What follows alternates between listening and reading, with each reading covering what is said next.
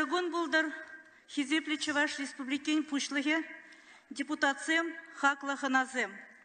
Добрый день, уважаемый глава Чувашской Республики, депутаты и приглашенные. В соответствии со статьей 72 Конституции Чувашской Республики, глава Чувашской Республики обращается к Государственному совету Чувашской Республики посланием об основных направлениях государственной политики Чувашской Республики. На торжественном собрании, посвященном оглашению послания главы Чувашской Республики Михаила Васильевича Игнатьева, присутствуют депутаты Государственного совета Чувашской Республики, члены Совета Федерации и депутаты Государственной Думы Федерального собрания Российской Федерации, руководители органов исполнительной власти Чувашской Республики, территориальных органов, федеральных органов исполнительной власти, судебных, правоохранительных, иных государственных органов, руководители федеральных учреждений и внебюджетных фондов, члены Общественной палаты Чувашской Республики, Совета старейшин при главе Чувашской Республики, советники главы Чувашской Республики, представители органов местного самоуправления в Чувашской Республике, руководители предприятий промышленности, малого и среднего бизнеса, организаций бытового обслуживания, сферы услуг, кредитных организаций, руководители организаций строительного и транспортного комплексов, дорожного и жилищно-коммунального хозяйств, руководители сельскохозяйственных и перерабатывающих предприятий, фермерских хозяйств, кооперативов, организаций сферы природопользования, охраны окружающей среды, представители организаций здравоохранения и социальной защиты населения, физической культуры и спорта, руководители образовательных и научных организаций, учреждений культуры и искусства, связи и информатизации, средств массовой информации, представители политических партий, общественных и религиозных объединений. Уважаемые депутаты и приглашенные, торжественное собрание, посвященное заслушиванию послания главы Чувашской Республики об основных направлениях государственной политики Чувашской Республики, объявляю открытым.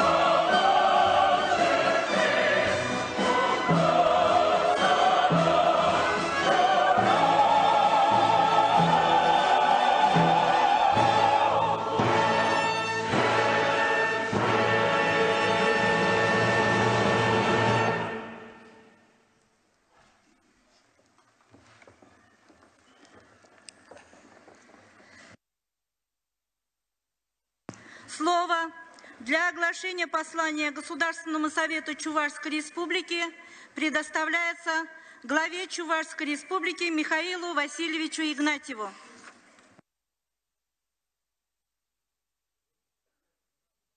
Хакла Эндерсе, Хизепле депутация, и Винде он закормышулда, Чавашень, Пур Еврохаш Эндерсе, Ширпен, Балаутре. Ебир Даванхалах, Елиргине Упратпар, Пуласлаха, Хаюлан, Пахатпар.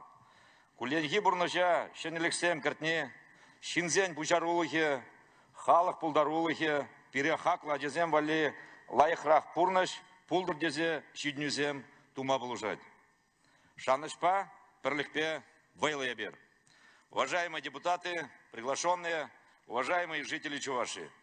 Приоритетами нашей государственной политики были и остаются открытость и честность, повышение качества жизни наших граждан.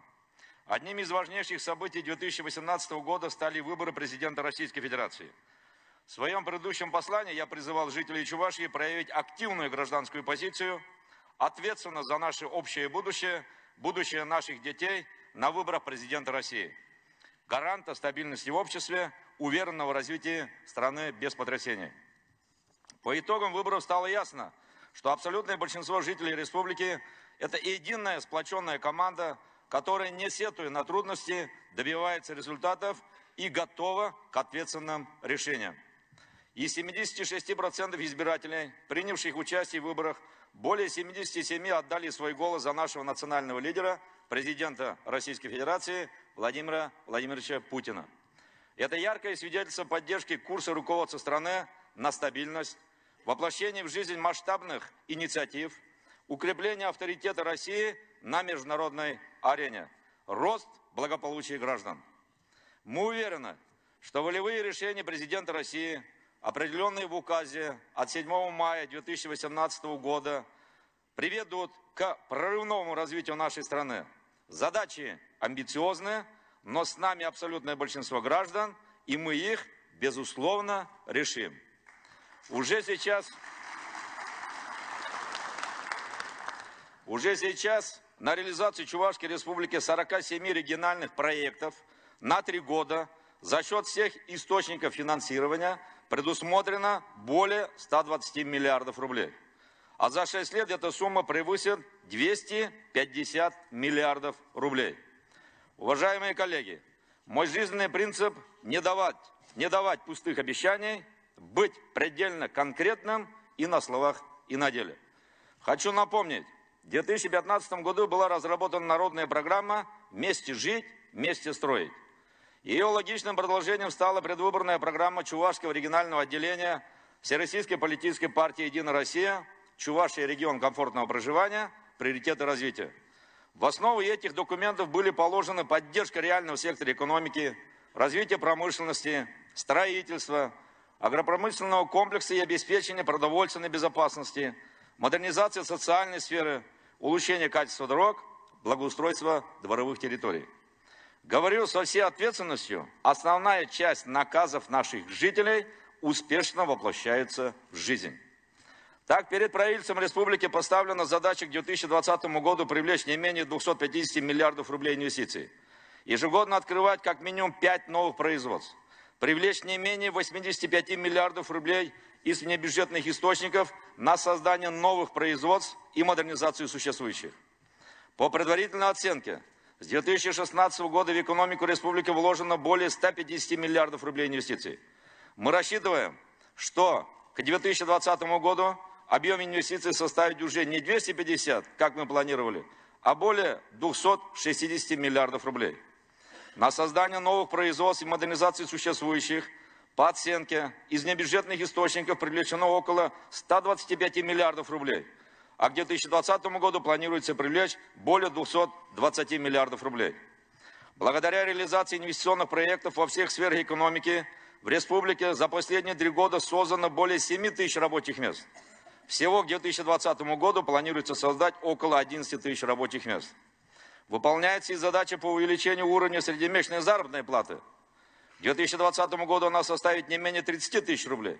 В 2018 году по оценке реальная заработная плата составила 27 165 рублей или 107% к уровню предыдущего года. По прогнозу, в 2020 году она достигнет порядка 32 тысяч рублей. Расчетный уровень заработной платы в 2025 году составит более 45 тысяч рублей. К 2030 она должна увеличиться до 62 тысяч рублей. С 2017 года реализуется программа комплексного развития 5 моногородов Чувашской Республики: Алатыря, Канаша, Новочебоксарска, Мариинского Посада, Шумерли. В их развитие вложено более 15 миллиардов рублей инвестиций. Развитие городской среды, переселение граждан из аварийного жилищного фонда, капитальный ремонт многоквартирных домов – все это меняет облик городов в лучшую сторону. В Канаше при поддержке Фонда развития моногородов осуществляется строительство и реконструкция объектов инфраструктуры, что позволит устранить инфраструктурные ограничения для реализации инвестиционных проектов бизнес-сообщества. Кроме того, как вы знаете, решением правительства России город Канаш в прошлом году определен территорией опережающего социально-экономического развития. За 10 лет здесь будет создано не менее 1000 новых рабочих мест и вложено более 7 миллиардов рублей инвестиций. Успешно решаются задачи в наиболее чувствительных для людей сферах: здравоохранение, образование, системе социального обслуживания. Мы говорили в своей программе о необходимости создания в течение 10 лет более 15 тысяч мест в школах, строительстве и реконструкции 32 школ, капитальном ремонте 64 школ с износом более 50%. На первом этапе мы что сделали? Построено 4 школы, реконструировано 3, капитально отремонтировано 22 школы. Всего за это время создано 3719 современных ученических мест. Поставленная задача выполнена. Это значимый результат, но нам еще много предстоит сделать. В 2015 году мы поставили цель создать в Чувашии уникальную учебную площадку для подготовки специалистов электротехнического кластера мирового уровня. Республика вошла в число 7 регионов России, реализующих крупномасштабный проект по созданию межрегиональных центров компетенций.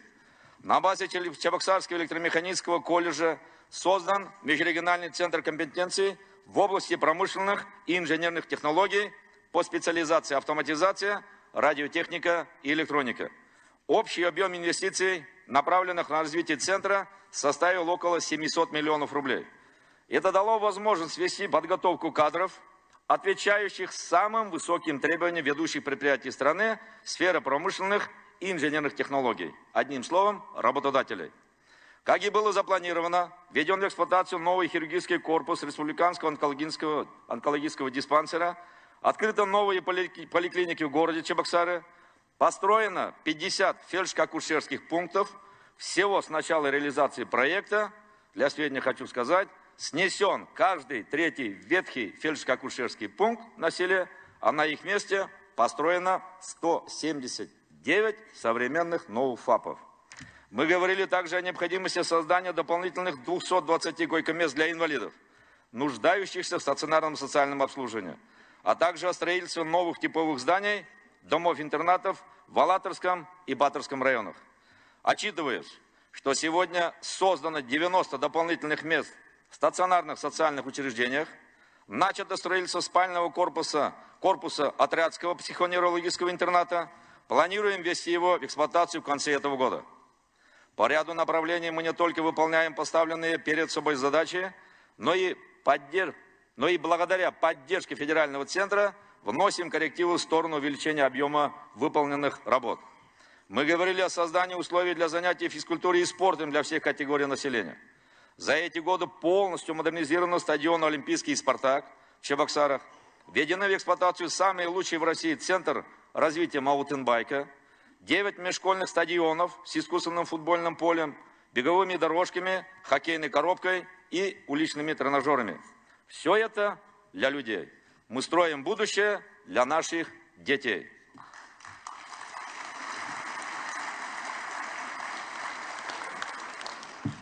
Спасибо.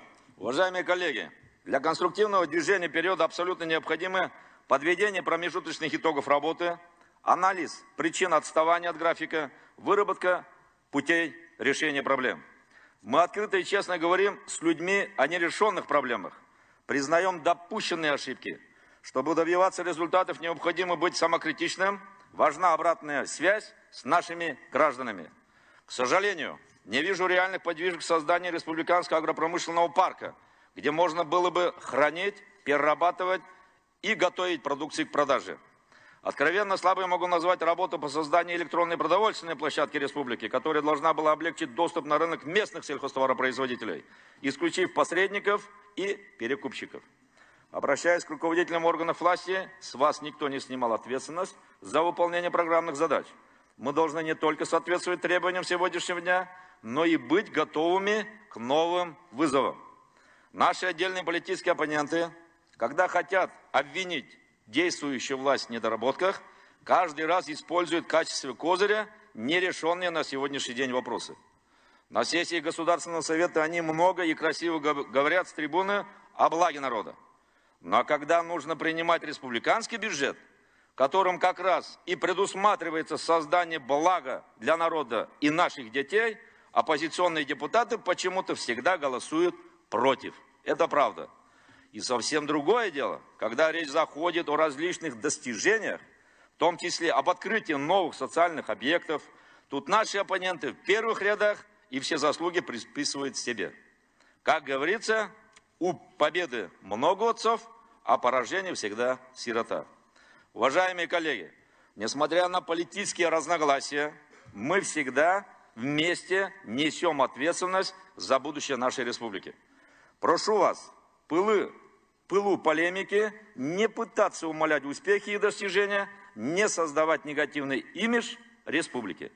Никто не должен усомниться в том, что несмотря на существующие порой объективные, порой субъективные причины, все поставленные задачи будут решены. У нас есть совершенно четкое видение путей их решения. Как гласит народная мудрость, «Поржину дать, ерюлать, щержину дать, щул булать». Один человек пройдет, след останется, 100 человек пройдет, дорога проложится. Подчеркну, Чувашия была, остается и будет одним из самых стабильных, динамично развивающихся и комфортных для жизни регионов. Подтверждением тому стало то, что мы вошли в число 40 субъектов федерации, которые по итогам работы в 2017 году получили гранты за высокие темпы роста экономики. Почти 193 миллионов рублей дополнительных дотаций получила республика. Основной объем средств гранта направлен на поддержку системы профессионального образования и многодетных семей. Кроме того, в республике сохраняется положительная тенденция снижения уровня преступности. По результатам опросов республика оценивается как один из наиболее благополучных регионов в части обеспечения личной и имущественной безопасности граждан, защищенности населения от преступных посягательств. По итогам прошлого года у нас почти на 8% меньше зарегистрировано преступлений по сравнению с уровнем 2017 года. Это еще одно из свидетельств высокого уровня безопасности и стабильной ситуации в республике. Эти показатели вселяют уверенность в наших людях, в наших семьях. Уважаемые депутаты и коллеги, прошлый год, несмотря на сложности, стал для Чувашии очередным годом поступательного движения вперед. Мы обеспечиваем долгосрочную сбалансированность и финансовую устойчивость нашей бюджетной системы. Сохраняем темпы роста собственных доходов бюджета при безусловном выполнении всех принятых республикой обязательств. По итогам минувшего года рост доходов консолидированного бюджета к уровню 2017 года составил порядка 12%. При этом безвозмездные поступления из бюджета в бюджетную систему России увеличились на 15,6%. Хочу отметить, в конце января мы будем обсуждать изменение параметров бюджета на текущий год. Это первое уточнение, предусматривающее увеличение расходной части республиканского бюджета не менее чем на 8,3 миллиарда рублей с учетом принятых решений правительства России и уточнения собственных доходов. Рост безвозмездных поступлений федерального центра расчетно составит не менее чем 21% к факту 2018 года. Это говорит о чем? Это говорит о том, что мы эффективно выстраиваем взаимодействие с правительством России, с федеральными министерствами, эффективно управляем общественными финансами или бюджетом и выполняем все взятые на себя обязательства по тем правоустанавливающим юридическим документам. Важнейшим индикатором качества управления общественными финансами является отношение объема государственного долга к собственным доходам бюджета. Так, на начало 2010 года, напомню просто, по данному показателю мы были на последнем 14 месте среди регионов Приволжского федерального округа, и на обслуживание долга ежегодно мы тратили более 400 миллионов рублей. Сегодня наша республика занимает 6-ю позицию. При объеме долга порядка 13 миллиардов рублей мы сократили расходы на его обслуживание до 32 миллионов рублей, то есть 14 раз. Это факт. Снижение затрат на обслуживание государственного долга позволило нам за последние 2 года сэкономить почти 820 миллионов рублей. Эта сумма равна стоимости одной современной инновационной школы с элементами цифровизации не менее чем на 1000 детей. Приведу статистику и оперативную информацию по реальному сектору экономики. По оценке, индекс промышленного производства по итогам прошлого года увеличился на 1,5%. В текущем году составит 105%. Предприятия республики активно включились в решение задач по реализации политики импортозамещения, поставленных президентом России. Остановлюсь на ряде примеров. Оборудование для энергозащиты стадионов и объектов инфраструктуры, котельных, гостиниц, тренировочных центров, кафе, возведенных чемпионаты мира по футболу в Калининграде, Самаре, Нижнем Новгороде, Волгограде, было поставлено нашими предприятиями, такими как Бреслер, Чебоксарский электроаппаратный завод, Ванеир, Релиматика и Экра, и ряд других предприятий. В рамках программы по освоению шельфовых нефтяных месторождений ведется строительство современных атомных ледоколов, об этом вы знаете, атомных станций. Чебоксарский электромеханический завод, Чебоксарский электроаппаратный завод, Релиматика осуществляют поставку своей продукции на эти стратегически значимые объекты нашей любимой России. В июне прошлого года с участием научно-производственного предприятия «Экра» запущена первая в России цифровая подстанция «Медведевская», предназначенная для электроснабжения объектов на территории инновационного центра Сколково. Прошедший год ознаменовался поступательным ростом объема производства предприятий концерна «Тракторные заводы», хотя там проблемы еще есть. На сегодняшний день на всех производственных площадках концерна своевременно выплачивают заработную плату и расширяют штат сотрудников. В планах предприятий вернуться к объемам до кризисного периода. И этому будут способствовать востребованность выпускаемой продукции на рынке и расширение ее номенклатуры. Сегодня в инвестиционном портфеле промышленных предприятий более 70 проектов с общим бюджетом 26 миллиардов рублей. Объем государственной поддержки промышленных предприятий, реализующих инвестпроекты, по итогам прошлого года составил около 2 миллиардов рублей, что на 26% больше уровня предыдущего года. Прошлый год продемонстрировал успешность торгово-экономического сотрудничества, которое налажено с 96 зарубежными странами. Внешнеторговый оборот по оценке в прошлом году составил порядка 550 миллионов долларов США, или 111% к предыдущему году. Хочу отметить, что количество предприятий-экспортеров из года в год растет и по итогам прошлого года составило 337. В этом году планируется рост внешнеторгового оборота до 600 миллионов долларов США.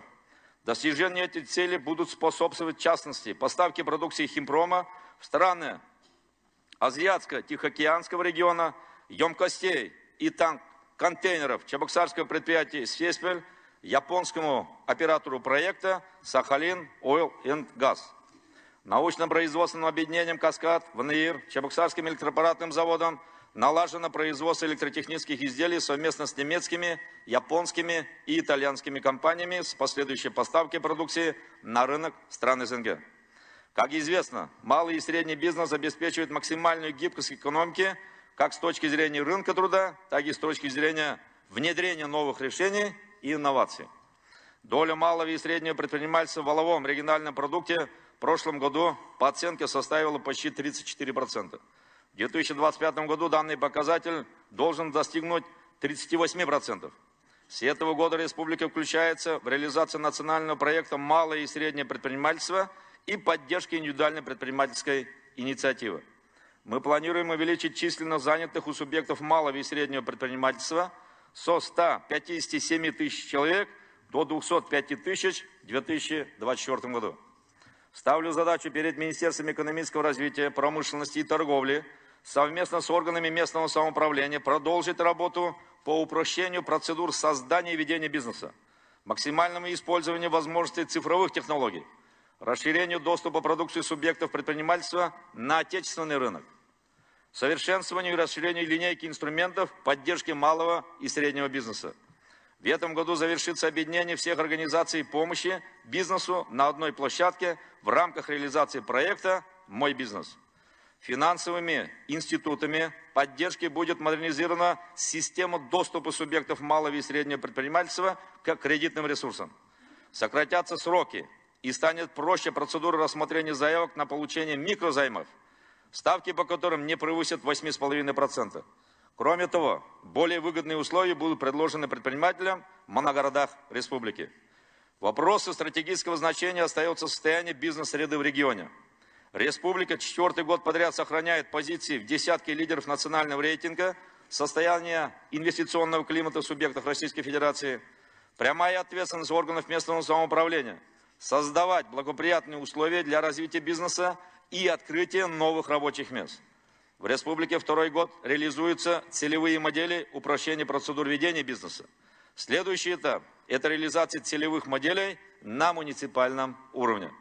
В связи с этим главам администрации муниципальных районов и городских округов предлагаю, во-первых, обеспечить в текущем году внедрение целевых моделей упрощения процедур ведения бизнеса в своих муниципальных образованиях до 1 июля текущего года.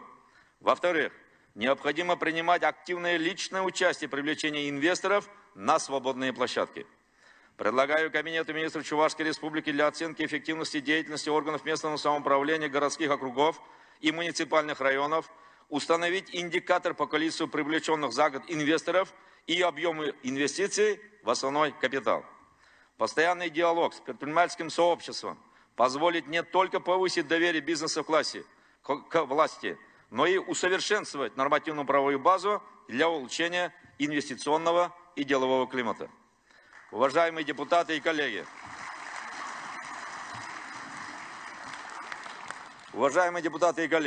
все наши действия по развитию агропромышленного комплекса направлены на достижение ключевых целей: обеспечить население качественными продуктами питания и сделать село современным, привлекательным для жизни. Для этого необходимо развивать агроэкспорт, агронауку, повышать производительность труда, решать вопросы пространственного развития сельских территорий, цифровизации в целом агропромышленного комплекса. За последние 5 лет объем экспорта сельхозпродукции увеличился 2,5 раза. Этого никогда не было. К 2024 году он должен вырасти не менее чем 3 раза. Поэтому перед аграриями республики стоит задача обеспечить наращивание сельскохозяйственного производства и глубокой переработки качественной продукции. В прошлом году планы по производству продукции выполнены. Индекс производства продукции сельского хозяйства составил более чем 101%. Хотя многим хозяйствам выполнение планов далось нелегко. Это вы тоже знаете.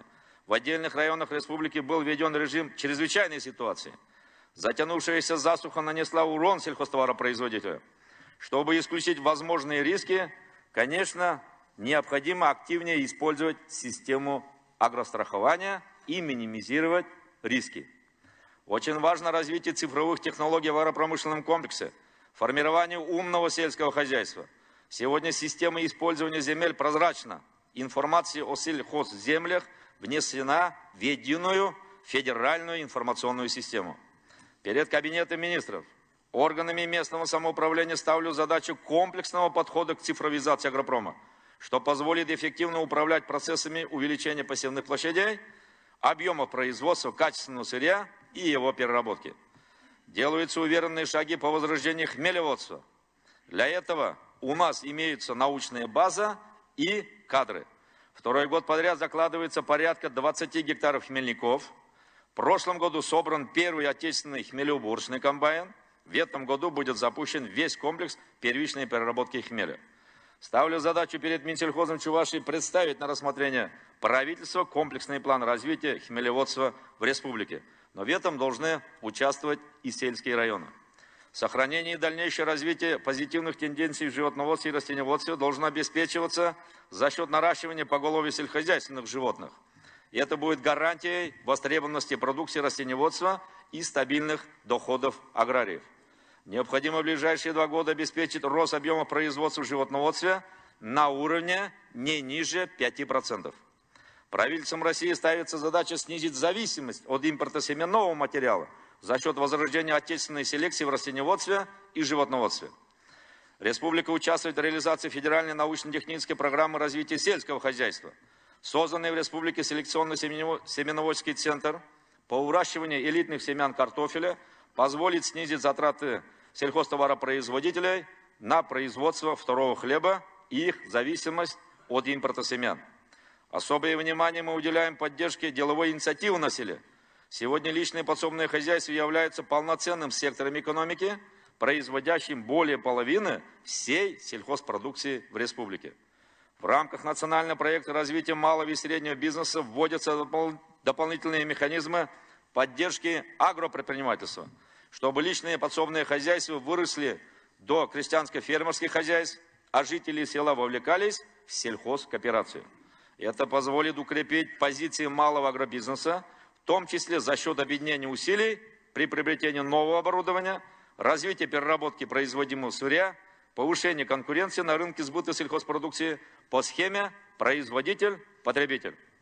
Интенсивное развитие сельского хозяйства и пищевой промышленности в последние годы обеспечено вливанием серьезных инвестиций в отрасль для внедрения передовых технологий.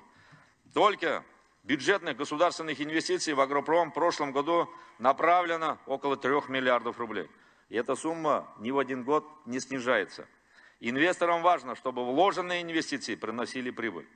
Гарантией бесперебойной поставки сырья переработчикам должны стать долгосрочные договоры сотрудничества с сельхозтоваропроизводителями, которые обеспечат стабильность цен, стабильность бизнеса. Об этом мы много говорим, но когда цены на рынке поднимаются, сельхозтоваропроизводители забывают, что нужно иметь среднесрочные и долгосрочные договора. А когда цены начинают падать, начинают искать покупателя. Но так не должно быть. Органы власти всех уровней должны планомерно решать задачи сохранения и улучшения экологической обстановки в регионе, не допускать ее ухудшения ни в одном городе, ни в одном районе. Внимание к человеку, к его потребностям, создание благоприятных условий жизни – краеугольный камень современного общества. Мы заслуженно занимаем лидирующие позиции в экологическом рейтинге страны. Отдельные провокаторы, конечно, по-разному подают эту информацию, но есть рейтинги, есть оценки общественной палаты, других институтов. И здесь спорить бессмысленно и бесполезно. Внедрение новых технологий, модернизация стратегически важных для экологии объектов – это инвестиции в наше здоровье, здоровье наших детей.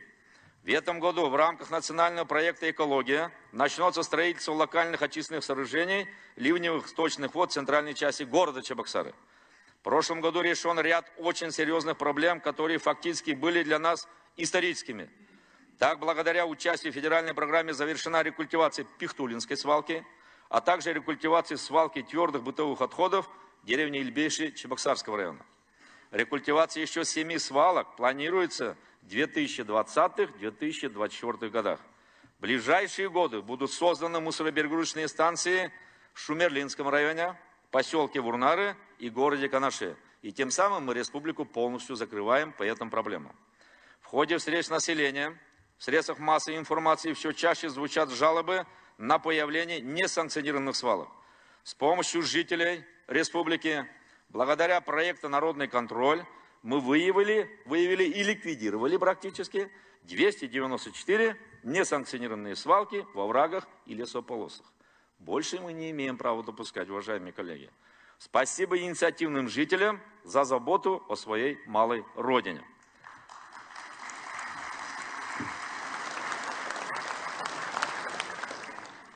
Спасибо. Подчеркну, только цивилизованная система обращения с отходами позволит нам ликвидировать существующее и не допустить появления новых горячих экологических точек. Потому что эта тема в отдельных случаях вообще политизируется. В соответствии с законодательством мы перешли на новый механизм обращения с твердыми коммунальными отходами. С 1 октября прошлого года в республике начал свою работу региональный оператор. Республика лучше, чем другие регионы, подготовилась к переходу на новую систему обращения с твердыми коммунальными отходами. Это тоже правда. Но при подготовке к старту так называемой мусорной реформы выявился ряд нерешенных вопросов. К сожалению, Большинство сельских населенных пунктов оказались не готовыми к их решению. В них не определены площадки накопления ТКО, что является основным препятствием для качественного представления услуги. Главам муниципальных районов совместно с главами поселений, главам городских округов республики необходимо до конца текущего года создать площадки накопления ТКО во всех населенных пунктах, обсуждая эти вопросы только с местными жителями. Поручаю Минстрою Чувашии пересмотреть нормативы накопления твердых коммунальных отходов для граждан, проживающих в сельской местности, с учетом фактических объемов их накопления. Об этом меня просят селяне. Государственной службе Чувашской Республики по конкурентной политике и тарифам следует утвердить обоснованный единый тариф регионального оператора в соответствии с установленными правительством России предельными или максимальными индексами роста платы граждан за коммунальные услуги. И снять вообще с повестки дня отдельные вопросы и споры. Правительство республики гарантирует гражданам, у которых расходы на оплату жилищно-коммунальных услуг превышают 22% совокупного дохода семьи, оказание адресной помощи в виде предоставления субсидий. Уважаемые коллеги, рациональное использование ресурсов, переход на замкнутые и безотходные технологии, вторичная переработка всех запрещенных к захоронению отходов производства и потребления – все это является проявлением ответственного отношения каждого человека и общества в целом к окружающей среде. Для сведения, на сегодняшний день только порядка 10% ТКО, произведенных в Чебоксарах и Новочебоксарске, идет во вторичный оборот. Мировая практика, когда во вторичную переработку направляется порядка 70% отходов. Это доказывает, что утилизация отходов – это выгодный бизнес. Я уверен, что и в республике появится новая отрасль, которая благодаря вторичной переработке позволит снизить до минимума вред природе. Поручаю Минприроды, Минстрою и Минэкономразвития Чувашии выработать конкретные механизмы поддержки инвестиционных проектов в сфере утилизации ТКО. Должна быть сформирована полноценная система регулирования, созданы действенные инструменты, административные и рыночные, которые позволят навести порядок в этой сфере. Уважаемые депутаты, уважаемые коллеги, положительные тенденции наметили строительные отрасли после определенного провала. По оценке, в прошлом году объем работ по виду деятельности строительства составил 40,5 миллиарда рублей, или 115% к уровню предыдущего года. Из бюджета всех уровней строительную, жилищно-коммунальную и дорожную отрасли инвестировано более 16 миллиардов рублей. Таким образом, государственный гарантированный заказ в общем объеме строительных и дорожных работ составил 40% для строителей. В прошлом году увеличились темпы строительства многоквартирного жилья. Это связано как с ростом покупательского спроса, так и с реализацией программ ипотечного кредитования. В прошлом году в многоквартирных домах введено в эксплуатацию почти 460 тысяч квадратных метров общей площади жилья, что на 4,4% выше уровня предыдущего года. Росту жилищного строительства способствовало также снижение процентных ставок по ипотечным кредитам. Так, по предварительным данным в республике в прошлом году 17 600 граждан получили ипотечные кредиты на сумму более 27 миллиардов рублей, что на 22 и 26% соответственно выше уровня 2017 года. Очень хорошая позитивная динамика. Хочу подчеркнуть, применяемые государством инструменты поддержки граждан по улучшению жилищных условий обеспечили прорыв в части ипотечного кредитования. Количество привлеченных жителями республики ипотечных кредитов увеличилось не менее чем в 2 раза за последние 3 года к факту 2015 года. Это факт. При этом, несмотря на рост ипотечного кредитного портфеля физических лиц, доля просроченной заложенности продолжает оставаться крайне низкой, менее 1%. Следует отметить, что республика остается единственным регионом при Приволжском федеральном округе, в котором ипотечные кредиты превышают портфель прочих потребительских кредитов и формируют 55% всей судной заложенности населения. Это тоже хороший ключевой такой показатель. Мы постоянно ищем новые формы решения жилищного вопроса. Реализуются программы государственного арендного жилья, программы ипотека и арендное жилье с правом выкупа. В целях реализации майского указа президента Российской Федерации нами разработан региональный проект «Жилье». В рамках проекта предстоящие 6 лет объемы жилищного строительства должны увеличиться до 920 тысяч квадратных метров, что в 1,5 раза больше, чем в 2017 году. В нынешнем году будет построено не менее 670 тысяч квадратных метров жилья. Жилье должно быть доступным для тех, кто нуждается в улучшении жилищных условий.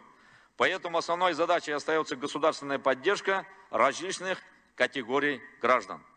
В рамках жилищных программ из бюджетов различных уровней в прошлом году выделен 1 миллиард 600 миллионов рублей на улучшение жилищных условий 4100 семей. Строительная отрасль набирает обороты не только на жилищных объектах. Большой объем работ приходится на социальные объекты, объекты инфраструктуры. В прошлом году построено и реконструировано 30 объектов образования, 30 здравоохранения, 5 культуры, 16 спортивных объектов. Введен в эксплуатацию Московский мост в городе Чебоксары. Сформирован новый перечень объектов.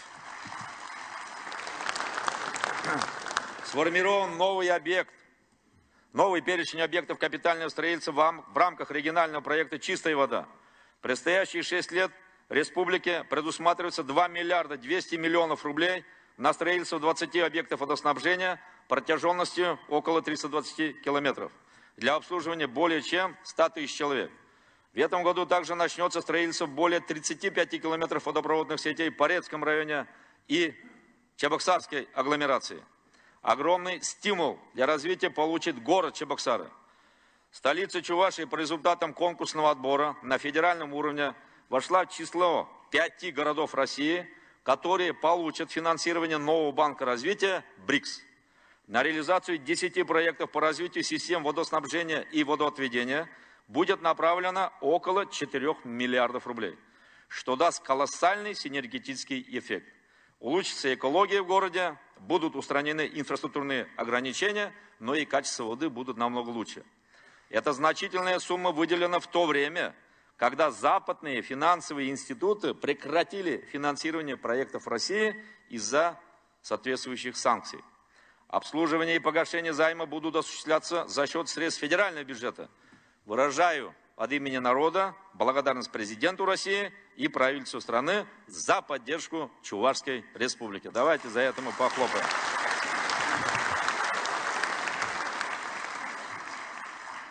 Спасибо. В целях создания условий для системного повышения качества и комфорта городской среды продолжается реализация приоритетного проекта стратегического развития Российской Федерации формирования комфортной городской среды. Дворовые территории благоустраиваются за счет средств дорожного фонда, а также в рамках инициативного бюджетирования. Отремонтирована 191 дворовая территория и 72 проезда к ним. Таких объемов работ, позволивших совершить настоящий прорыв благоустройства общественных территорий, ранее никогда не проводилось. После советского периода, я имею в виду. И это очень значимо для наших жителей. Отдельные свое счастье получили, но отдельные ждут. Но мы говорили во время общения с народом, отдельные муниципальные образования мы за 5 лет эти работы завершим, отдельные муниципальные образования за 7 лет. И историческую проблему, которая сложилась, мы это тоже разрешим. Хотя это непростая задача. В текущем году планируется отремонтировать не менее 140 дворовых территорий и 50 проездов к ним. До 2024 года в решении вопроса благоустройства будет вовлечено около 300 тысяч человек. Благоустроены не менее 138 общественных пространств и будет повышен индекс качества городской среды на 1/3.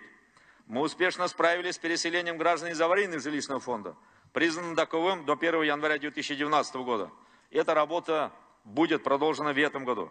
Согласно федеральному проекту обеспечения устойчивого сокращения непригодного для проживания жилищного фонда, на переселение граждан из аварийного жилищного фонда, признанного таковым после 1 января 2019 года, в нашей республике предусматривается 1 миллиард 200 миллионов рублей. Конечно, мы обязаны обеспечить финансирование и тоже сполна и ответственно сделаем. Планируется расселение 88 многоквартирных домов общей площадью около 37 тысяч квадратных метров, в которых проживает около 3 тысяч человек. Несколько слов о дорожном хозяйстве. В прошлом году объем средств дорожного фонда составил более 5 миллиардов рублей. За дорожно-строительный сезон в республике построено и реконструировано 42 километра автомобильных дорог. Отремонтировано около 305 километров дорог регионального и местного значения. В текущем году запланированы такие значимые работы, как капитальный ремонт Сугутского моста, реконструкция проспекта Ивана Яковлева и устройство освещения в населенных пунктах. По государственным программам республики ведутся строительство и реконструкция дорог в сельских населенных пунктах.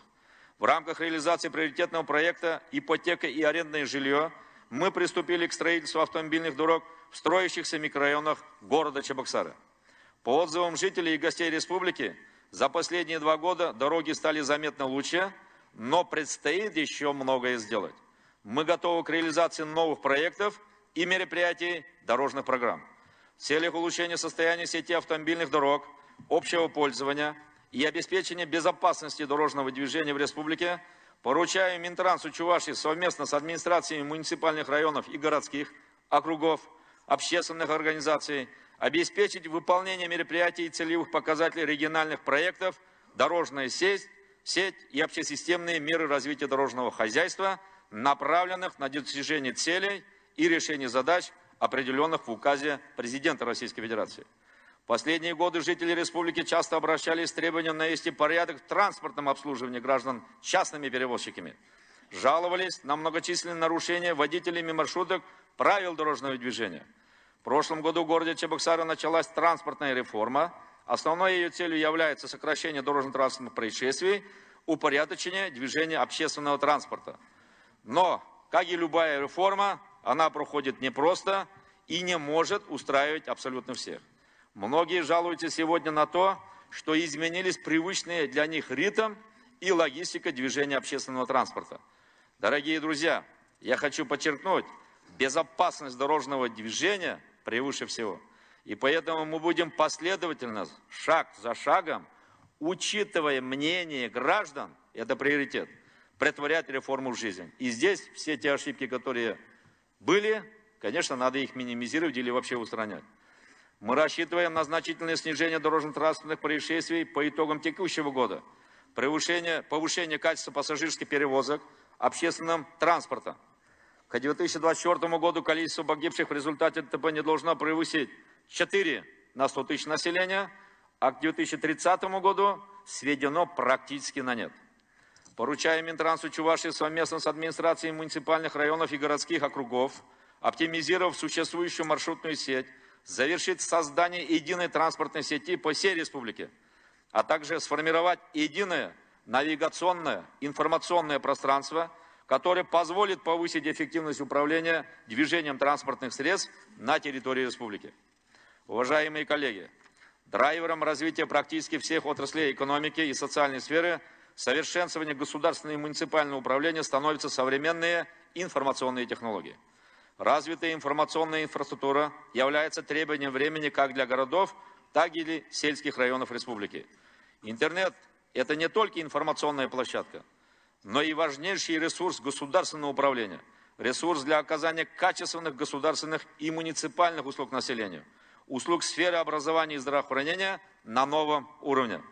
Нужно отметить, что сегодня высокоскоростным интернетом обеспечены все города Чувашии. Мы последовательно решаем этот вопрос в сельских населенных пунктах. Так, наконец, с прошлого года охват абонентов сотовой связи сетями 3G составил более 90%. Только за последние годы возможность выхода в интернет получили более 50 тысяч человек из 111 сел и деревень республики. Для этого в сжатые сроки было построено около 1000 километров волоконно-оптических линий связи. Это еще один шаг в создании равных условий жизни в городе и на селе. Первоочередной задачей на ближайшие 2 года станет обеспечение широкополосного доступа социально значимых объектов республики к сети интернет. Поручаем Мининформполитики Чувашии совместно с отраслевыми ведомствами и органами местного самоуправления до конца 2021 года решить эту задачу. Особое внимание сегодня уделяется цифровизации всей системы государственного и муниципального управления. За 6 лет в республике выстроена эффективная система предоставления государственных и муниципальных услуг в электронном виде. Сегодня более 70% жителей Чувашии зарегистрировано на портале госуслуг. В прошлом году завершен масштабный проект модернизации сайтов министерств и ведомств. а также администрации муниципальных районов и городских округов. Это позволило значительно повысить прозрачность и открытость деятельности органов власти всех уровней. Благодаря обновлению системы электронного документооборота появилась возможность полного исключения бумажного документооборота между органами власти. Повысились значимость электронных документов и доверие населения к ним. Однако внедрение новой системы требует доработки нормативных правовых актов в части обеспечения сохранности электронных документов. Поручаю Минкультуру совместно с Минюстом и Мининформполитики Чувашии разработать рекомендации по подготовке органами исполнительной власти республики перечней документов, создание, хранение и использование которых должно осуществляться в форме электронных документов. Залогом устойчивости информационной инфраструктуры является использование в деятельности органов исполнительной власти республики и органов местного самоуправления преимущественно отечественного программного обеспечения. К 2021 году доля отечественного офисного программного обеспечения в органах исполнительной власти республики должна вырасти до 50%. Спасибо. Сегодня идет работа над реализацией национальной программы «Цифровая экономика», основной целью которой является не только формирование цифровой экосистемы, но и перестройка бизнес-процессов во всех сферах социально-экономической деятельности. Цифровизация различных отраслей экономики с помощью ведомственных проектов, таких как «Умный город», «Цифровая энергетика», «Цифровое сельское хозяйство», создание единого цифрового контура здравоохранения, цифровая образовательная среда, цифровая культура призвана изменить все сферы нашей жизни. Призываю руководителей всех органов власти и бизнес-сообщества активно включиться в деятельность по цифровой трансформации и цифровому развитию всех отраслей экономики и социальной сферы на наш общий результат. Уважаемые депутаты, коллеги, в век бурного развития информационных технологий известное изречение «кто владеет информацией, тот владеет миром» становится особенно актуальным. Каждый из вас прекрасно понимает роль средств массовой информации в доведении до населения оперативной, достоверной информации. В общероссийском рейтинге республика занимает 10-е место в России и 2-е в Приволжском федеральном округе по насыщенности подписными печатными изданиями. Почти на 200 тысяч экземпляров газет и журналов была оформлена подписка с жителями республики в ходе подписной кампании на второе полугодие прошлого года через отделение Почты России. На 1000 жителей республики приходится 169 экземпляров газет и журналов, оформленных в подписку, что в 2 раза больше, чем в среднем по России. Сохранение тиражей является свидетельством высокого доверия населения к республиканским и районным печатным изданиям.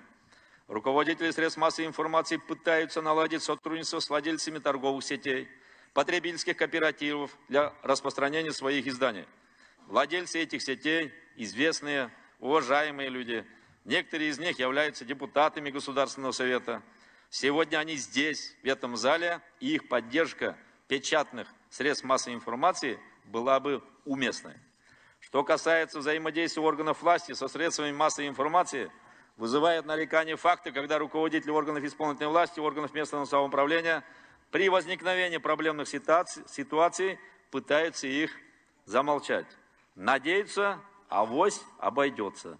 Не обойдется. Резюмируя вышесказанное, поручаю Мининформполитике совместно с Минфином и Минюстом создать альтернативную службу доставки печатных изданий до населения. При оценке эффективности деятельности руководителей органов исполнительной власти считаю необходимым учитывать также их работы в информационном пространстве. Уважаемые коллеги, мы видим, что за последние годы социальные сети стали востребованной коммуникативной площадкой. Неправильная подача, несвоевременное доведение информации способны превратить даже самую позитивную информацию в негатив и заставить работать наши достижения против нас. Только работа на опережение, открытое разъяснение возникающих проблем позволяют сохранить стабильную обстановку в регионе. Поэтому органам власти необходимо максимально эффективно использовать социальные сети своей деятельности для получения обратной связи от населения при принятии ответственных решений. Не исключаю, что некоторые руководители, пообщавшись с рядовыми гражданами в социальных сетях, узнают о себе много нового и не всегда может быть приятного, но зато смогут оперативно ответить на самые злободневные запросы и решить наиболее волнующие людей проблемы. А это очень важно в нашей совместной деятельности. Уважаемые депутаты,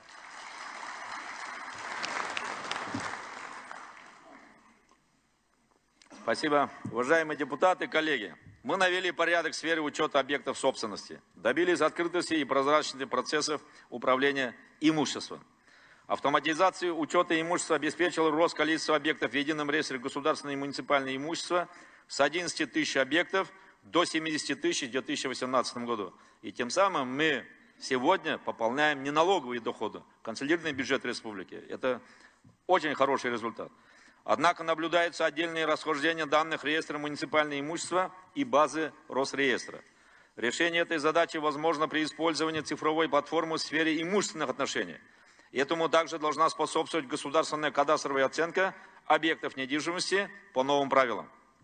Следует продолжить мероприятия по вовлечению в налоговый и хозяйственный оборот объектов недвижимости, в том числе земельных участков, выявленных в ходе акции «Народная инвентаризация». Успешная работа по вовлечению в оборот выявленных в ходе народной инвентаризации объектов налажена в Шимушинском, Ядринском и Яльском районах. Здесь все выявленные земельные участки переданы в аренду и предоставлены в собственность эффективному пользователю, а также многодетным семьям в соответствии с действующим законодательством. Кроме того, проведена работа среди населения по регистрации прав на объекты недвижимости. В данных районах гражданами зарегистрированы права более чем на 270 объектов недвижимости, наследниками оформлены права в отношении 107 объектов. Этот опыт должны использовать и в других муниципалитетах, как лучшие практики. В ходе проведения инвентаризации также выявлены пустующие памятники культурного наследия регионального значения в городах Чебоксары, Козловка, Мариинский Посад. Минкультуры Чувашии совместно с органами местного самоуправления необходимо задействовать пустующие объекты культурного наследия, сдать в аренду эффективному пользователю, в том числе на льготных условиях. Несмотря на снижение задолженности по арендным платежам за использование муниципального имущества на 25% в течение прошлого года, сумма долга продолжает оставаться существенной и составляет 562 миллиона рублей. Наибольшая сумма долга, 87%, приходится на город Чебоксары. Самый злостный неплательщик – это коммунальные технологии, которым принадлежит 68% от общего долга города Чебоксары. Их долг по договору целевой долгосрочной аренды муниципального имущества составляет почти 331 миллион рублей. Коммунальные технологии из года в год не соблюдали обязательства по проведению ремонтных работ в отношении муниципального имущества, переданного по договору. Не выполняли инвестиционную программу, связанную с вложением собственных средств в развитие тепловых сетей. Мириться с таким положением дел было нельзя, потому что были и аварии. В целях бесперебойного предоставления жителям столицы услуг теплоснабжения и горячего водоснабжения, недопущение роста задолженности за потребленный природный газ совместными усилиями правительства Чувашии и администрации города Чебоксары в прошлом году проведена результативная работа по досрочному расторжению в судебном порядке договора с коммунальными технологиями. Руководителям органов местного самоуправления необходимо проводить своевременные и действенные мероприятия по сокращению и ликвидации задолженности за аренду муниципального имущества. Поэтому данный вопрос предлагаю вынести на рассмотрение собрания депутатов муниципальных образований в целях осуществления дополнительного контроля за своевременным проведением претензионной и исковой работы, а также работы совместно со службой судебных приставов по взысканию долга в рамках исполнительного производства. Уважаемые, почему я это говорю? Потому что отдельные дельцы в кавычках объявляют сегодня в соответствии с законом банкротом, потом нам оставляют мыльные пузыри и пустышки. Уважаемые депутаты и соотечественники, противодействие коррупции остается одним из важнейших направлений государственной политики. Нами реализуется целый комплекс мер, направленных на борьбу со взяточеством и теневой экономикой. Благодаря нашим скоординированным действиям, эффективному деловому взаимодействию с правоохранительными органами и прокуратурой республики, в прошлом году удалось выявить преступления и правонарушения коррупционной направленности, ущерб от которых составил более 245 миллионов рублей. Уже к концу прошлого года почти 60% из этих средств возмещено в бюджет, что на 10% больше показателя предыдущего года. От искоренения коррупционных преступлений напрямую зависит доверие людей к органам власти, общественная стабильность, социальное самочувствие граждан. Наша задача во взаимодействии с общественными организациями и средствами массовой информации формировать устойчивое антикоррупционное сознание у населения, не допускать и выявлять коррупционные проявления и нарушения. В республике многое сделано, чтобы наши граждане получали юридические консультации быстро и качественно. Продолжается предоставление бесплатной юридической помощи. С каждым годом показатели растут. Получили почти 280 тысяч жителей республики такую помощь. С 2018 года реализуется проект «Юристы населению». 2000 человек оказана практическая помощь в решении жилищных и земельных вопросов, обеспечение благоустроенными жилыми помещениями, получение мер социальной поддержки. Жизнь показала, что проект востребован жителями республики.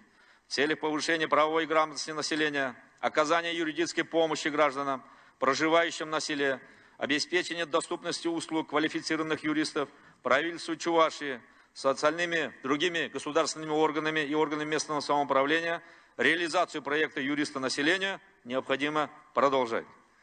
Уважаемые коллеги, на протяжении последних лет в республике наблюдается поступательный рост ожидаемой продолжительности жизни населения. С начала реализации майских указов с 2012 года она возросла почти на 3,2 года и достигла в прошлом году исторического максимума, составив 73,5 года. Теперь перед нами стоит задача обеспечить устойчивый рост продолжительности жизни до 78 лет к 2024 году. За последние 6 лет численность граждан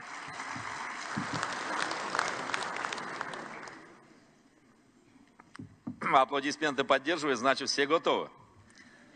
За последние 6 лет численность граждан старших возрастов увеличилась почти на 25%, а количество долгожителей, перешагнувших столетний рубеж, почти 2 раза, то есть 100 человек сегодня перешагнули.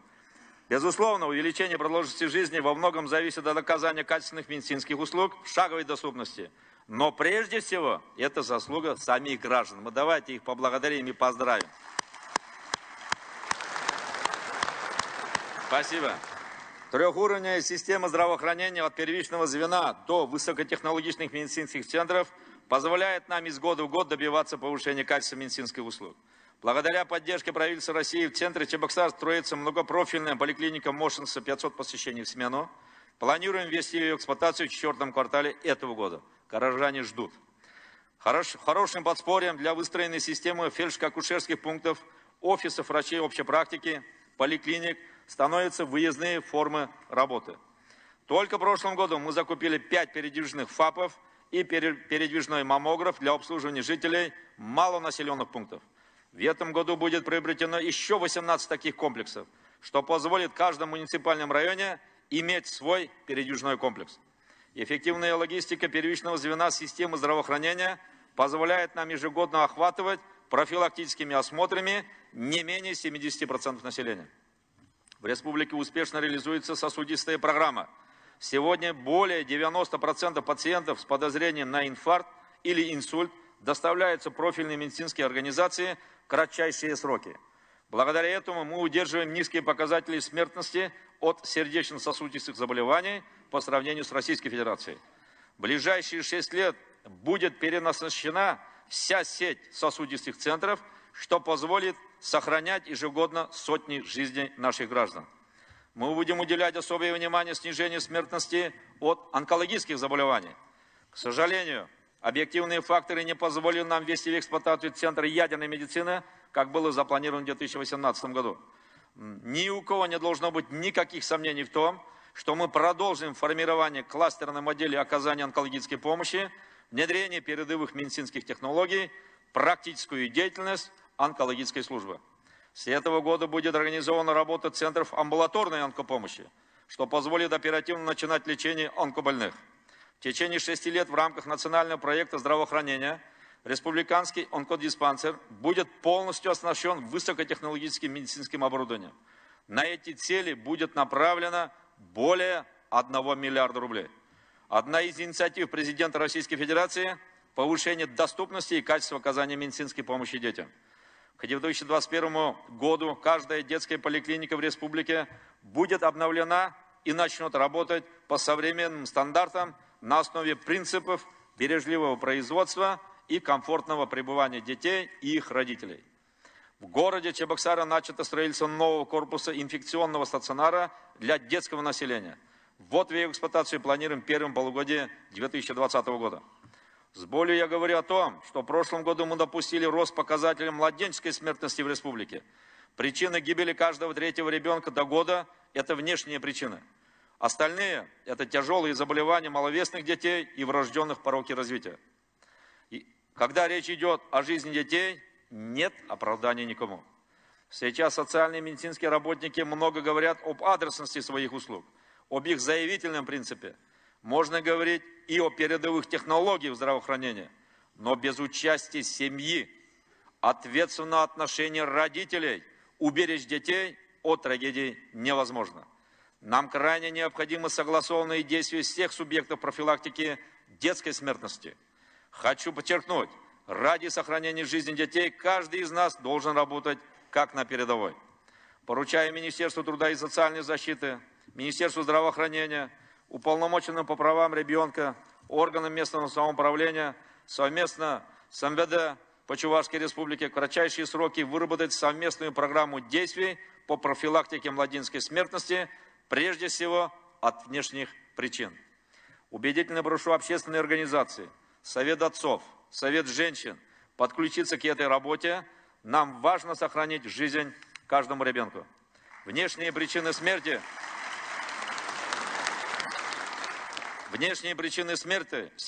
– это бич и людей трудоспособного возраста. Мы ежегодно теряем более 1000 человек трудоспособного возраста по причинам, которых можно было бы избежать. Особенно печально обстоят дела у мужчин, к сожалению. В республике разница ожидаемой продолжительности жизни мужчин и женщин составляет 12 лет. Имеет значение все – и образ жизни, и вредные привычки. Не секрет, что мужчины крайне редко по своей инициативе обращаются к врачам за консультацией. Их либо приводят супруги, либо привозят на скорой. Переломить эту ситуацию призван инициированный мной проект «Мужское здоровье», который направлен на повышение качества жизни наших мужчин, в первую очередь в трудоспособном возрасте. На первом этапе мы создали Центр мужского здоровья и оснастили их медицинским оборудованием, направив на эти цели почти 50 миллионов рублей.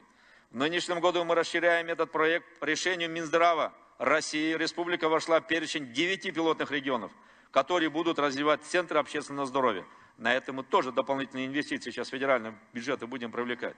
Поручаем Минздраву Чувашии обеспечить реализацию проекта на благо жителей нашей республики. Мы также будем принимать дополнительные меры по стимулированию рождаемости. С 2019 года всем зарегистрирующим свой брак будем выдавать сертификат молодоженов. С этим сертификатом молодые семьи смогут бесплатно пройти медицинское обследование и получить консультацию специалистов перинатальных центров для оценки репродуктивного здоровья. Важная задача – кадровое обеспечение отрасли здравоохранения специалистами узкой компетенции.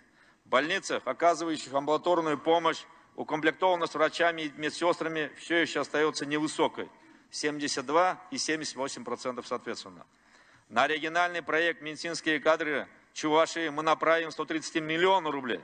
Это позволит повысить укомплектованность врачебными кадрами подразделений, оказывающих медицинскую помощь в амбулаторных условиях. В первую очередь участковыми врачами и терапевтами, врачами общей практики и врачами-педиатрами.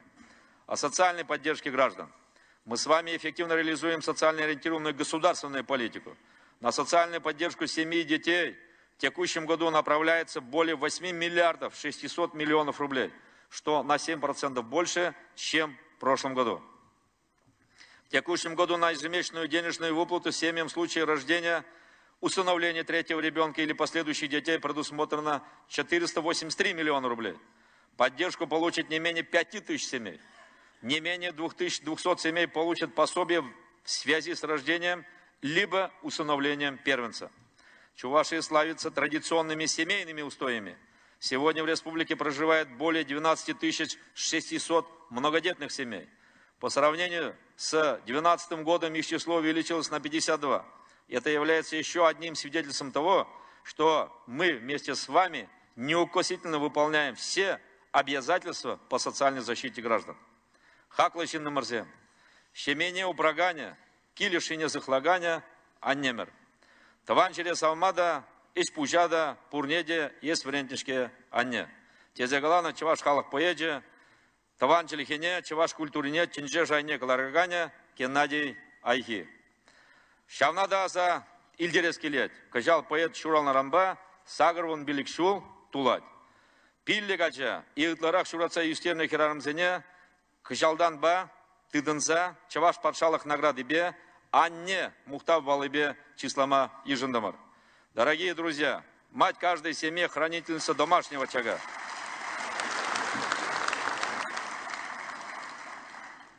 Дорогие друзья, мать каждой семье хранительница очага, домашнего очага. На ней держатся устои и традиции.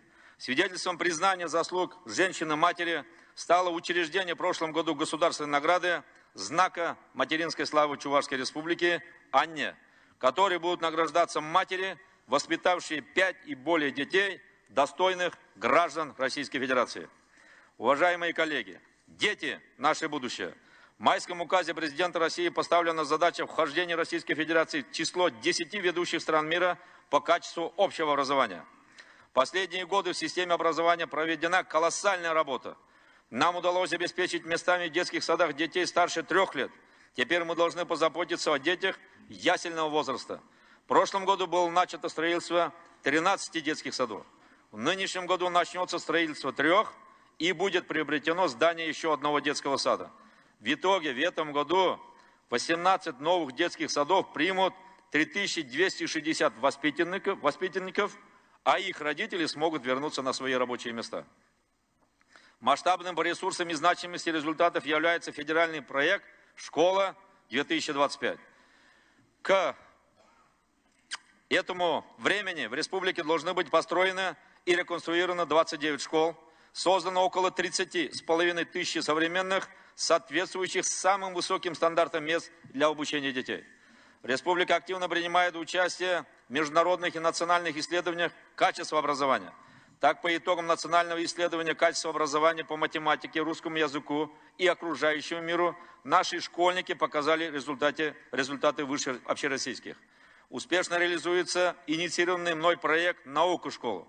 В прошлом году в рамках данного проекта в базовые школы поступило современное оборудование по физике и химии.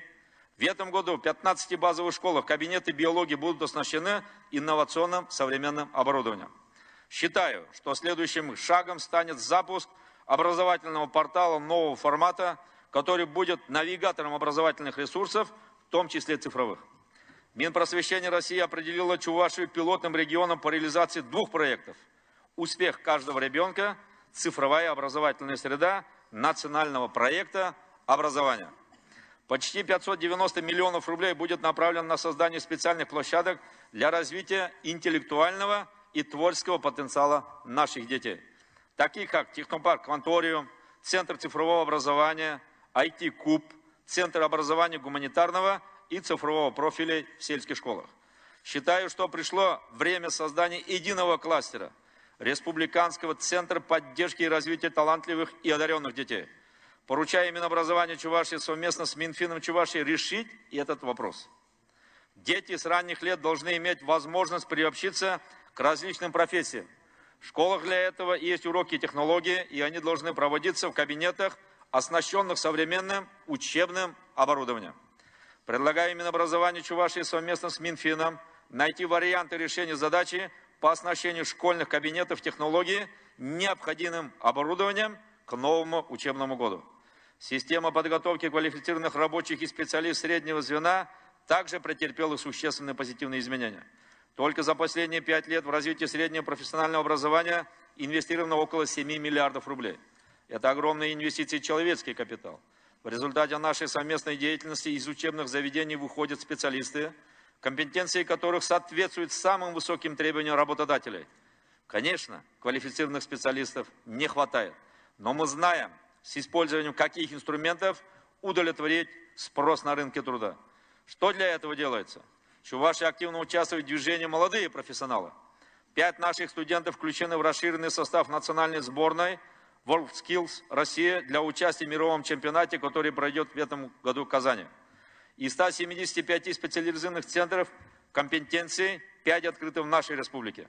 На базе учреждения среднего и высшего профессионального образования необходимо продолжить работу по оснащению площадок современным оборудованием для проведения демонстрационного экзамена по стандартам WorldSkills.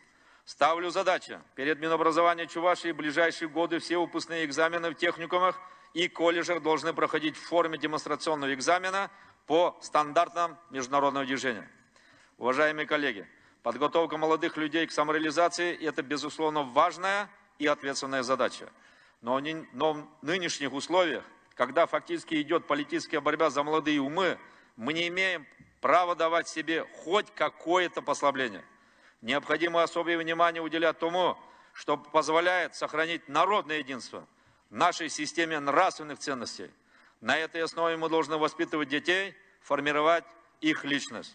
В республике многое делается для патриотического воспитания и гражданского становления подрастающего поколения. Предлагаю для усиления этой работы активнее использовать Чувашский кадетский корпус Приволжского федерального округа имени Героя Советского Союза Александра Васильевича Кочетова.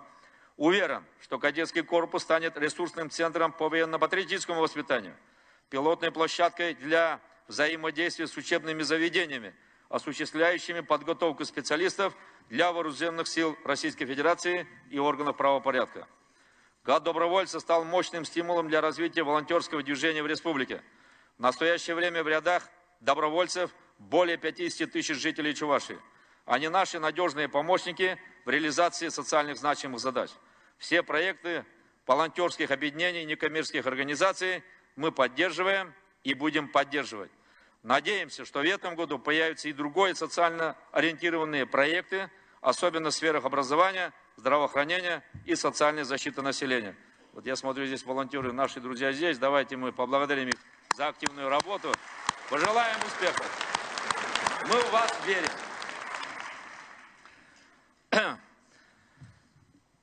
Отмечу, что по данным исследования Общественной палаты Российской Федерации в республике в реализацию молодежной политики вовлечено почти 70% от общей численности молодежи.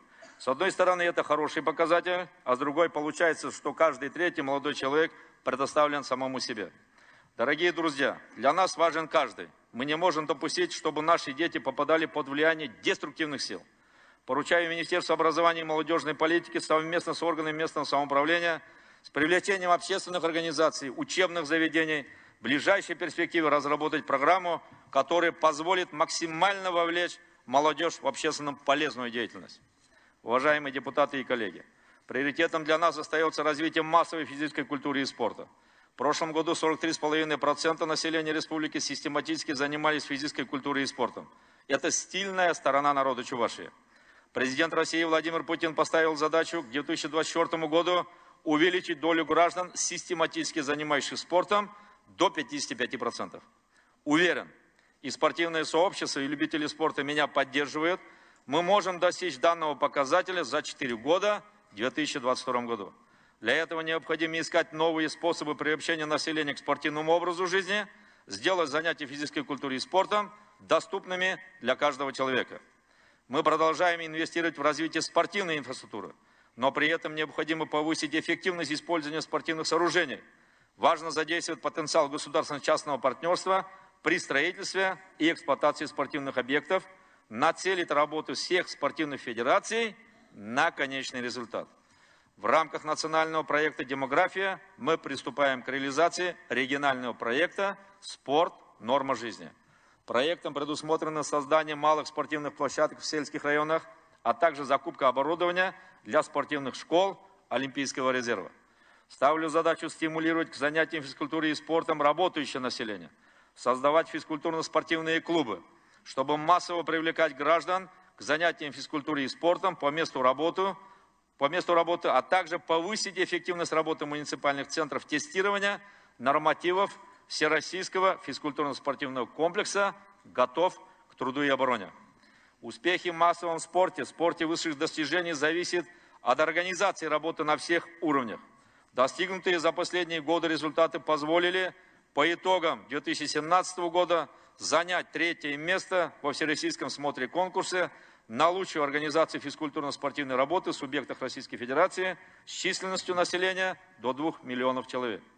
Наша республика наработала большой опыт в организации крупных спортивных соревнований.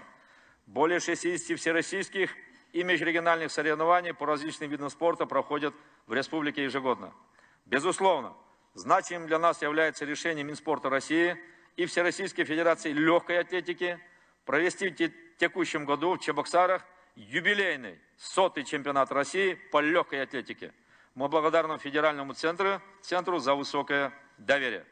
Теперь задача органов исполнительной власти, органов местного самоуправления, спортивных федераций провести данные мероприятия на высоком организационном уровне.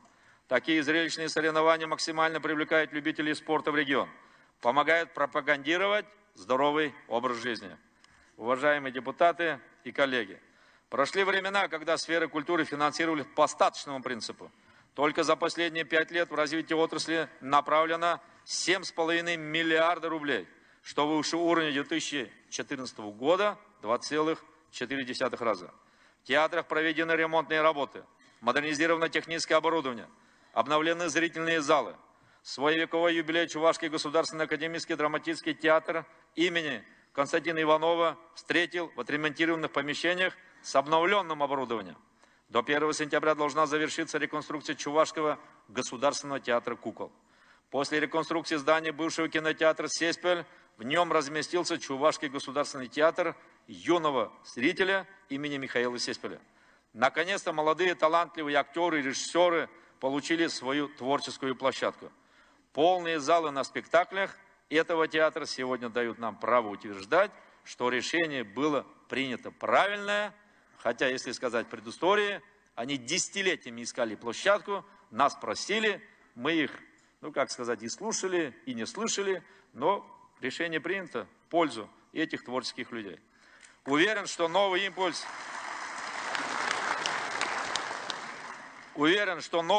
развитию храмов искусства будет дан в 2019 году, объявленным президентом России Владимиром Путиным годом театра. Существенную поддержку театр получает на проведение гастролей в других регионах страны.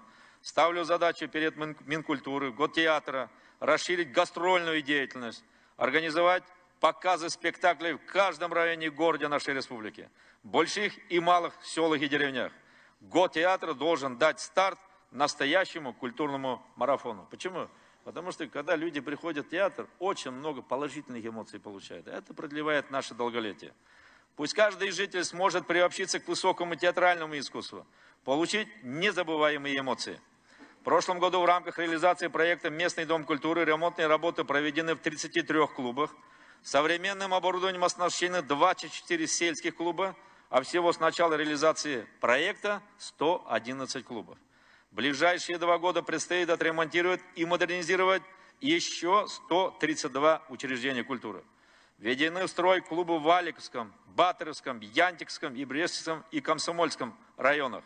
Хочу напомнить, в 2016 году мы запустили проект строительства 25 учреждений культуры, 12 из них уже введены в эксплуатацию. К 100-летию чувашской автономии первый этап проекта будет полностью реализован. В дальнейшем мы планируем и построим еще 25 учреждений культуры. Прошу глав администрации муниципальных районов и городских округов держать на личном контроле данную работу, выполнить все взятые на себя обязательства. Уважаемые соотечественники, наступивший год и следующий 2020 для нашей республики особенные. Мы отмечаем 2 значимые юбилейные даты. 550-летие основания города Чебоксары и 100-летие Чувашской автономии. Соответствующий указ подписан президентом России. Юбилеи – это хороший повод вспомнить путь, пройденный нашим народом, определить задачи, которые нам необходимо решить в интересах будущих поколений. За 550 лет Чебоксары из небольшого населенного пункта превратился в промышленный и культурный центр Поволжья, центр образования и науки. Аграрная Чувашия стала индустриально-аграрной республикой, центром электротехнической промышленности страны. Подчеркну, республика была и остается неотъемлемой частью Великой России и ее истории. наш народ всегда жил и живет жизнью своей Родины, в полной мере разделяя с ней тяготы и испытания, успехи и достижения. История нашей республики и ее столицы наглядно доказывает это. Чувашская автономная область появилась на карте страны в период бурного государственного и общественно-политического строительства. В кратчайшие сроки наши предшественники создали фундамент для уверенного развития, преодолели болезни и неграмотность, построили систему образования и социальной поддержки, начали индустриализацию. В годы Великой Отечественной войны республика справлялась с колоссальными задачами, приняла и разместила десятки тысяч эвакуированных сограждан, построила новые корпуса для предприятий и наладила выпуск необходимой фронту продукции. Регулярно перевыполняла план поставок продовольствия. Особо надо отметить жилищное и социально-культурное строительство. Население Чебоксар увеличивалось высокими темпами и перевалило в прошлом году полумиллионную отметку. При этом вопросы обеспечения жильем, местами в детсадах и школах решались весьма успешно. Сегодня мы должны не просто продолжать дело наших отцов и матерей, а приумножать их достижения с учетом требований времени. Мы с достойными результатами подходим к юбилейным датам. Лучшим подарком станут улучшение качества жизни людей, повышение роли нашего региона в экономическом, социальном и культурном развитии страны. Для этого у нас есть не только огромные желания, но и ресурсы – человеческие, интеллектуальные, финансовые, культурные и, конечно же, духовно-нравственные ценности. Но главное наше достояние – это богатый исторический опыт и мудрость наших предков. Дорогие друзья, у нас в России общая история, общая цель – благополучие людей.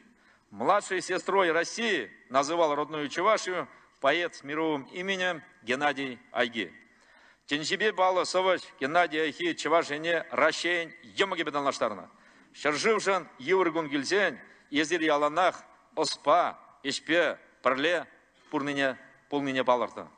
Хизебре депутациям, хаклычын мирзем. Кычал, Чуваш халахен мухтал өвілі шешпіл меші шурална ранба, шыр ширим шулчидет. Хастарла, хыдудомла булыр, шыржыван хастара жизем. Вудкаектан вечер, аньюлыр, аньюл кунжул утинжен. Тезеченневал таван халаха. Созидательная... Спасибо. Созидательная мощь нашего единства, уверенный взгляд в будущее, опора на лучшие практики и опыт – это прочный фундамент для воплощения в жизнь всех планов. Залог успешного движения вверх. Друзья, великий чувашский поэт Михаил Сеспель, 120-летие со дня рождения, которое мы отметим в этом году, завещал нам: «Шагайте бодрее и тверже, отчизны, любимые сыны. Не можем отстать мы, не можем от поступи нашей страны. Пусть эта непоколебимая вера горит и в наших сердцах». Благодарю за внимание. Ваш Михаил Игнатьевич.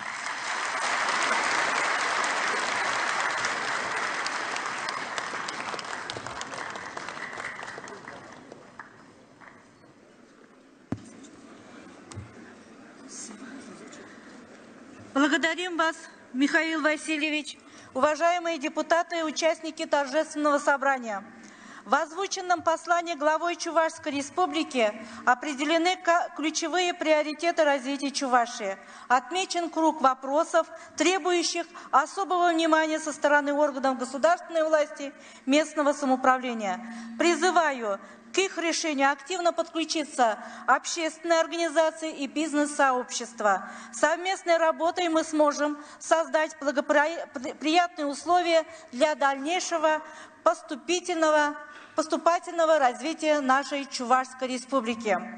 Уважаемые депутаты и приглашенные, торжественное собрание объявляется закрытым.